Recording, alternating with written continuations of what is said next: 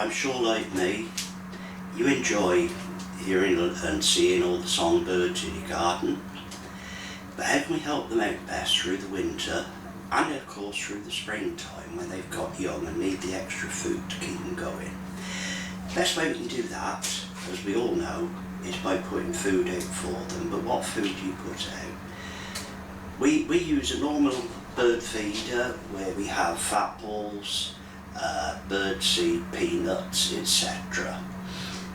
Now then, this video is going to be talking about making the fat balls. I've got some here which I bought, they cost £1 for 6. This says they contain cereals, oils and fats, minerals and seeds. No mention of any insects or anything like that. There's not even any mention of peanuts or anything in them. I'd like to show you how I make my fat balls, and I believe they're more nutritious for the birds, and they'll help a wider range of birds. So I'll just take the camcorder off the tripod, and I'll show you the ingredients I'm going to use. Bear with me 1 minute. Okay, first and foremost, I'm going to use 2 blocks of lard. I've just got it down to Asda. Cheap lard will be fine. Here's the 2 blocks. Now, I prefer to put suet in. In my opinion, it helps the fat ball set a bit more solid and quicker. I prefer to use beef suet rather than vegetable suet. The vegetable suet, I feel, leaves them a little bit softer. So that's that. Now then, what sort of meal are we going to put in for them? We've got some dried mealworms. Well, most of the birds will thrive on them. Just toss that on behind me. We've got peanuts, 4 birds, which I'm going to blitz up. Some people, a lot of the Americans I've seen on YouTube, advocate using peanut butter. However, peanut butter has got a lot of salt in it, which isn't good for you or me, and it's not good for the birds. Plus, of course, all the extra preservatives. Now then, we've also got high energy seed and insect mix. I'm not sure how much insect there is in this, but we're going to use that. Toss that back there. We've got some general seed mix. This is much coarser. It's mainly corns. There is some sunflower seed in there. We've got that. We're going to use some sultanas. I'm going to blitz them up, the same as I'm going to blitz the peanuts. A lot of birds appreciate a little bit of food. A bit of fruit. You can, if you want to, finely chop a bit of apple or something like that to put in it, but I haven't got an apple handy at the moment, so I'm not going to. And last but not least, we've got some porridge oats. This will help thicken it up, and the birds will enjoy it. So there we go. Tools we're going to use and the equipment we're going to use. We're obviously going to use a saucepan to gently melt the suet and the lard. Going to use a mixing bowl along with a spatula. I'm using a glass one because it's easier to clean, and if I use a porous one, a plastic one or something like that, and make a mess, the wife will kill me. Now then, I've also got some foil trays here. Here we go. I'm going to put my hand on them.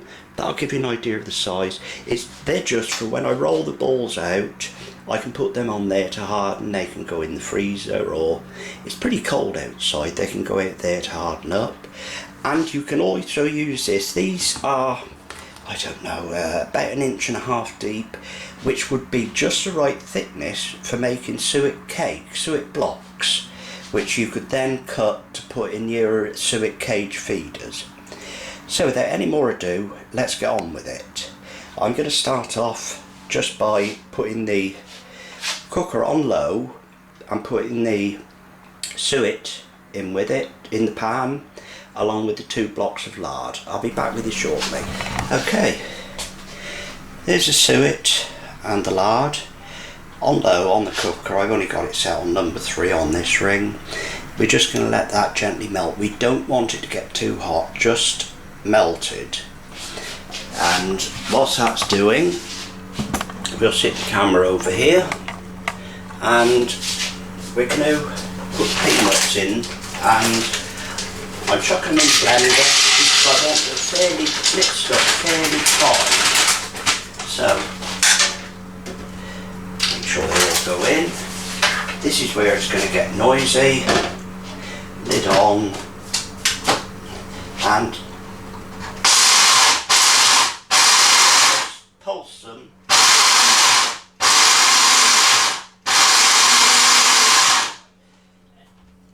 They're not quite there yet. We'll give them a little bit of shake and another little bit of a pulse.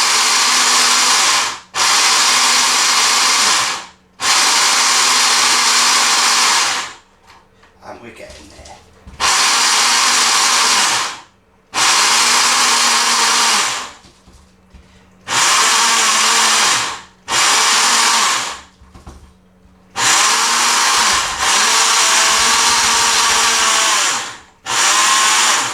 Right. There we go. We'll just show you the consistency of them. So here we've got the peanuts blended.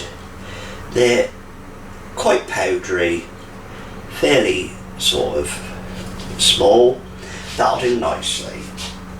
We'll just put them aside now and we'll wait to give the lard a bit and whatever, a bit of a stir just to help it soften up. And we'll be back shortly once that is all melted. Okay, the lard and suet is just about melted, so I've turned the hob off and that'll just keep it warm for a few minutes and nice and liquid. In the meantime, a bit more prep we're going to do. I've put about half of the pack of sultanas in. I'm going to blitz them down as well. Sorry about the noise.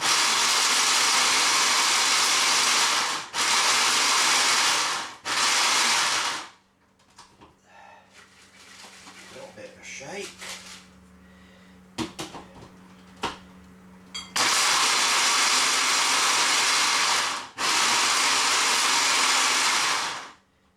Another shake so they don't all go into a lump at the bottom.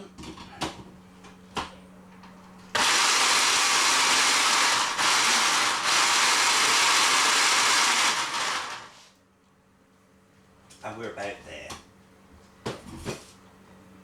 Again, there's no exact science to this. Do it how you feel best. I just feel it tends to mix in a lot better if they're blitzed up a bit. So, right, we've got the fat and lard here. I'll just alter the camera angle a little. I'm sure you'd like to see what's happening rather than look at my ugly face.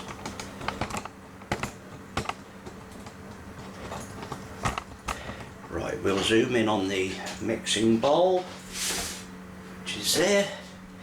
Let's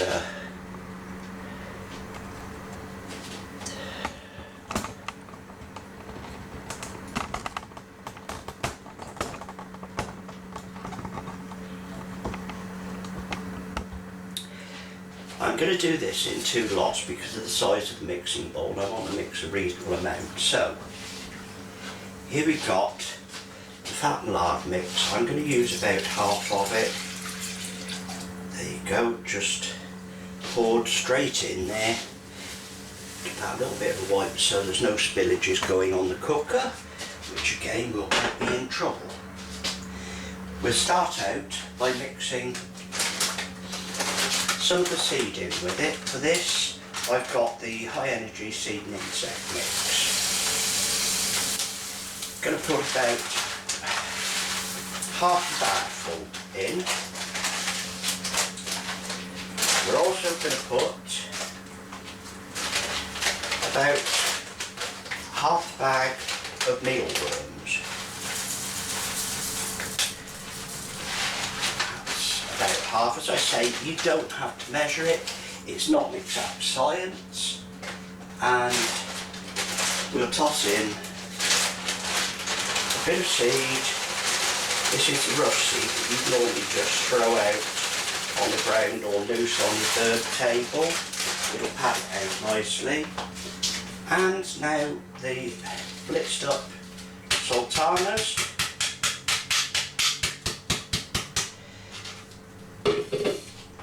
And this is where we get messy and start the mixing. Just give it a real good mix in. Spend as long or as much or as little time as you want doing this. Just all nicely mixed. I should do it. Now it looks a bit sloppy at the moment. Certainly a little sloppier than I would have wanted. So this is where the porridge oats are going to come into their own. They're going to make it a little more solid, and I've forgotten the blitzed peanuts because that will make a difference. So we'll put about half of them in there. That should do it. And we'll mix them in with it.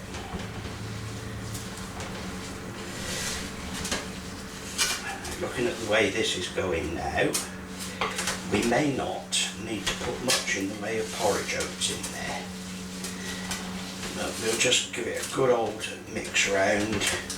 Doing this on the draining board because it's a lot easier to clean up after. Again, you have to think of the boss, and the kitchen is her domain. I'm not normally allowed in the kitchen. So there we go. Right, now it is a lot more solid now with the peanuts and everything mixed in with it. However, there we go. We're going to put some porridge oats in there when I can find where I put them. Right, let's just nip the top of that open.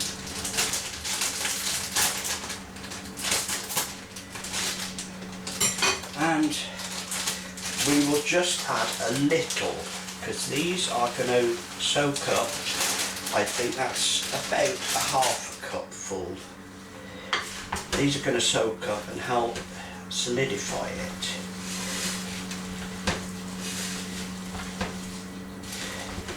And now we're getting there.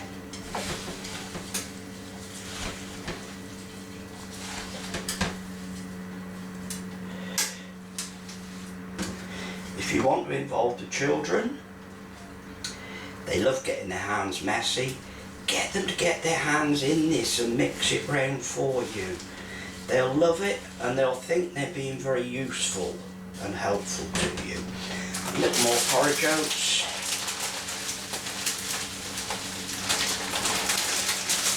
And that's it.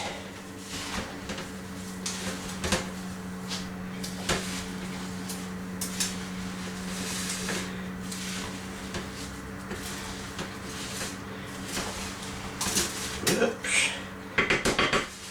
Now you can see why I decided to do it in two lots, because of the amount that I'm making. Right, that's fairly well mixed in. We'll now clear this away. One of our foil trays, and we'll try and get it in there without making too much mess.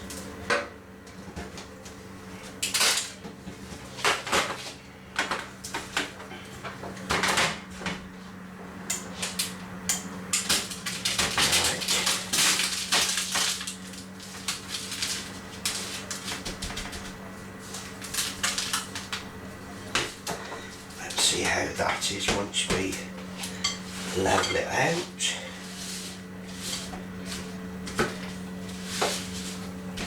Press it into the corners. This This will make a nice little set of suet blocks. A bit more.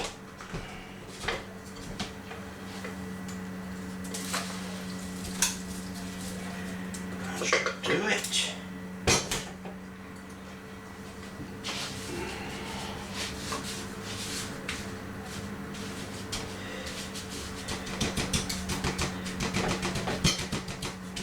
Pat it well down so it turns into a nice solid block. Just move that, give yourself some more room.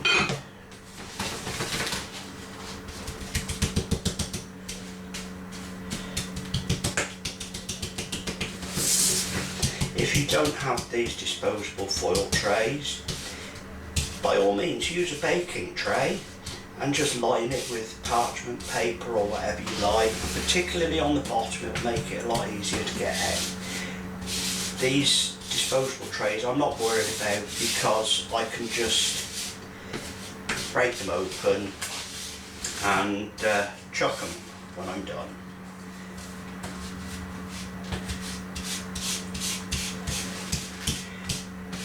And there we have, which I'll just wipe my hands. There we have one tray of feed. I think that's zoomed in. There we go. We've got a tray of feed there. All we need to do is to leave that harden, and it looks so much different to the fat balls that you buy in the shop, which really are mainly fat. So we'll turn off for a few seconds. I'm going to put the rest in another tray and put it aside to cool down and mix the second half. Back with you shortly. Okay, we've got two trays of suet blocks. Once they're set and hardened up, they can be cut into squares ready to go into the cage feeders. What we've got left is this lot, which I need to let cool down a bit so the fat in it starts to set, and then we're going to remix it, give it a good stir around, and we're going to try rolling some fat balls. So we're going to have to leave that for quite a while to cool down. We'll be back with you shortly. Okay, we're at the final stages now where we're ready to make the fat balls.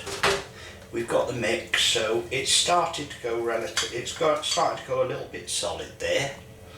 All we got to do is spoon them out, maybe just a bit bigger than an egg, roll them in our hands, and all we do,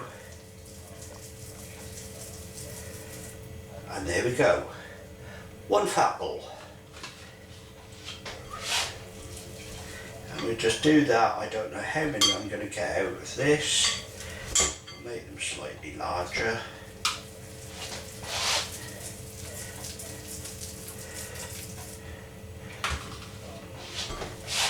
Looking good.